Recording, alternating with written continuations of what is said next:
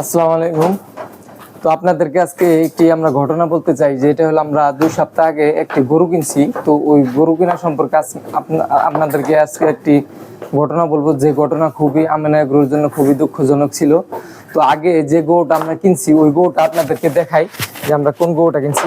তো আমরা মূলত এই গরুটা কিছুদিন আগে, এই যে যে গরুটা দেখতে পাচ্ছেন, এই যে কালো গরুটা, এই গরুটা আমরা কেনার জন্য পাবনার আর কি দাসুরিয়া যে এলাকা, ওই এলাকায় আর কি আমরা যাই। তো যাওয়ার পর আমাদের সাথে খুবই একটা মানে দুর্ঘটনা, খারাপ একটি ঘটনা ঘটে। ঘটনা হলো আমাদেরকে, আমরা একটি পেজ, যেটা একটা পেজ আছে ফেসবুক পেজ, তো ওই পেজটার নাম হলো কৃষি তথ্যবিডি। তো এই পেজ দেখে মূলত আমরা ওইখানে গরু কিনতে যাই। তো জাহিদ নামে একটি ছেলে থাকে, তো ওই ছেলের সাথে আমাদের আর কি অনেক কথা হয়। তো কথা হওয়ার পরে আমরা যেদিন যাই সেদিন আমাদেরকে অনেকবার ফোন দেয়, খুব ভালো কথাবার্তা বলে আর কি। তো অনেক ভালো কথাবার্তা বলার পরে আমরা আর কি তাদের কাছে যাই। তো আমরা তিনজন যাই, আমি যাই, আমার আব্বা যায়, আর আমার দুলাভাই যাই। তো আমরা তিনজন যাওয়ার পরে আমরা ওইখানে এক রাত থাকি। তো সারা রাত আমাদের সাথে খুবই ভালো ব্যবহার করে, খুবই মানে আপ্যায়ন করে আমাদেরকে। তো তাদের দেখলাম যে তারা গরুর ব্যবসা করে, কিন্তু তাদের বাড়িতে প্রাইভেট কার, 2 তলা বিল্ডিং, মানে এরকম দেখলাম আমরা। তো বুঝলাম যে তারা হয়তো কোনো ভালো ব্যবসায়িক হবে। পরবর্তীতে আমি যেহেতু টাকা নিয়ে যাই না, আমি ওই টাকাগুলো আমার ব্যাংকের মাধ্যমে আর কি আমি নিয়ে যাই, মানে চেকের মাধ্যমে। তো আমি জানি যে এরকম করলে হয়তো মানে টাকা যদি নিয়ে যাই অনেক সময় মেরে দেওয়ার সম্ভাবনা থাকে বা অনেক কথা বলার সম্ভাবনা থাকে। তো এই কারণে আমি টাকা নিয়ে যাই না, আমি চেকের মাধ্যমে আর কি টাকাগুলো নিয়ে যাই। তো সকালবেলা আমরা একটি গরু দেখি, তো গরুটা মার্শাল্লাহ ভালোই লাগে আর কি। তো অনেক বড় সড়ো আর কি, অনেক বড় সড়ো একটা গরু দেখি, ফিজিয়ান গরু। তো বকনা বাছুর সহ আমরা এই গরুটা দেখি। তো দেখার পরে তারা ওই গরুটা বিক্রি করতে চায় 3,30,000 টাকা। তো আমাদের সাথে টাকায় বোনার না কারণে আমরা নিতে চাই না গরু আর কি, সকাল 10টা বাজে তখন। তো আমরা নিতে চাই না, নিতে না চাওয়ার কারণে তারা বলে যে ঠিক আছে আপনারা 2.5 লক্ষ, আমরা দাম বলছিলাম 2.5 লক্ষ টাকা। তো তারা বললো যে ঠিক আছে 2.5 লক্ষ টাকা দিয়ে আপনারা নিয়ে যান। তো টাকা দেন। প্রথমে আমরা 5,000 টাকা আর কি বায়না করি। তো বায়না করার পরে আমরা ব্যাংকে যাই আর কি। তো যাদের বাড়ি তার ছেলেকে নিয়ে আমরা ব্যাংকে যাই। ব্যাংকে যাওয়ার পরে ওইখান থেকে আমি 2,50,000 টাকা তাদের হাতে তুলে দেই, সর্বমোট 2,55,000 টাকা আমি দেই। তো দেওয়ার পরে তারা আর ওই গরু আমাদেরকে দিতে চায় না। তারা বলে যে না, আপনারা এই গরু দাম করেন নাই, এই গরু, মানে তারা 3-4 জনে একটা সিন্ডিকেট তৈরি করে। তো তৈরি করার পরে তখন দেখা যায় যে আমাদের আর টাকাও দিতে চায় না, গরু দিতে চায় না। তখন আমরা একটি ঝামেলায় পড়ে যাই। পরবর্তীতে ঝামেলায় পড়ার পরে তখন আমাদেরকে এই যে এই গরুটা, যে গরুটা দেখতে পাচ্ছেন, তো এই গরুটা আমাদেরকে আর কি দিয়ে দেয়, বুঝায়। যেহেতু যদিও যদি আমরা ধরি এই গরুটার দাম সর্বোচ্চ আপনার 1,80,000 টাকা, বাছুর সহ 1,80,000 টাকার মতো দাম হইতে পারে, কিন্তু ওইখানে আমরা 2,55,000 টাকা আর কি দিয়ে দিই। তো তার পরবর্তী আর কি করার, আমাদেরকে যেহেতু টাকাও দেয় না এবং কি গরু দিতে চায় না, পরবর্তীতে আমাদের গাড়িতে, যেহেতু তারা আগে থেকে গাড়ি রেডি করে রাখছিল, তো গাড়িতে এই গরুটা উঠায় দেয়।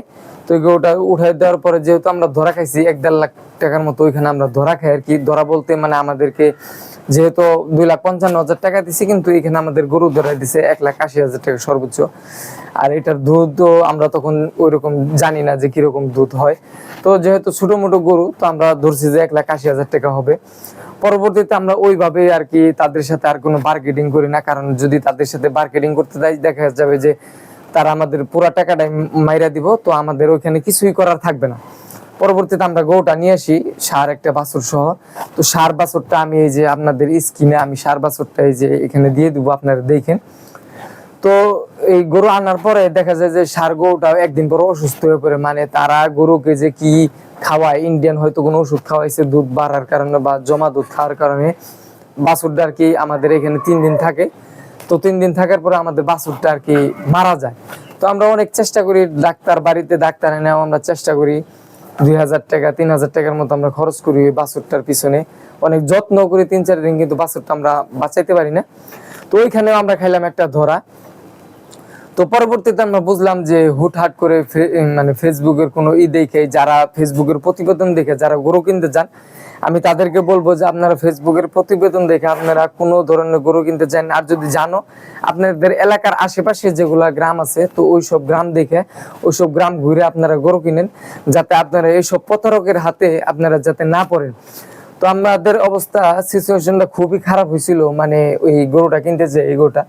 তো আল্লাহর রহমতে এটা দুধ বর্তমানে আমরা 12-13 কেজির মতো দুধ পাইছি। তো আল্লাহ আসলে খামারিদের পক্ষে আল্লাহ থাকলে আর কি মানুষ কিছু করতে পারে না। তো আলহামদুলিল্লাহ আমরা আশা করতেছি যে সামনে হয়তো আমাদের কিছু টাকা উঠে আসবে আর কি। যে পরিমাণ টাকা দিছি আমাদের 2,55,000 টাকা আমাদের অলরেডি খরচ গেছে। তো এখানে আমরা 1 লক্ষ টাকা তো গরুতেই ধরা খাইছি, এরপরে বাছুর মরে গেল, তো ওইখানেও আমরা একটা ধরা খাইলাম। তো খামারিদের বাঁচানোর মালিক আল্লাহ। তো আমরা আশা করি যে ইনশাল্লাহ আমরা এই ধাক্কা কেটে সামনের বছর আবার সামনে ধাক্কা কাটায় সফল হব।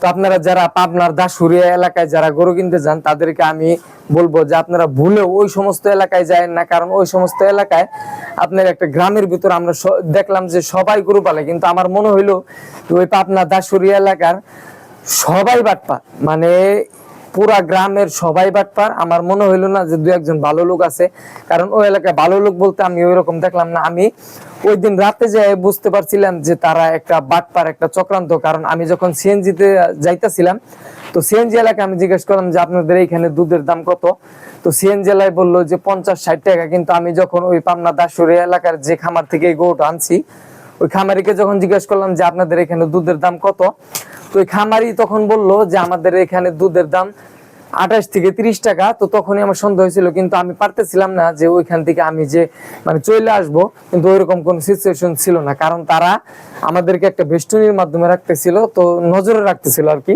তো তাদের বাড়িতে সিসি ক্যামেরা লাগানো, গ্রামের লোকগুলো ওইরকম আমার মনে হলো।